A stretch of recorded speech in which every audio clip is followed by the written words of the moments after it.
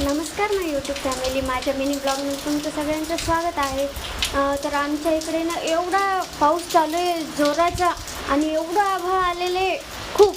पण दररोज काय होऊ लागलं, रात्री पाऊस यायचा आणि दिवसभर उघडायचं, ऊन पडायचं. पण काल रात्रीपासून जे पाऊस चालू आहे, अजूनसुद्धा पाऊस चालू आहे. आता वाजलेले आहेत 12:30.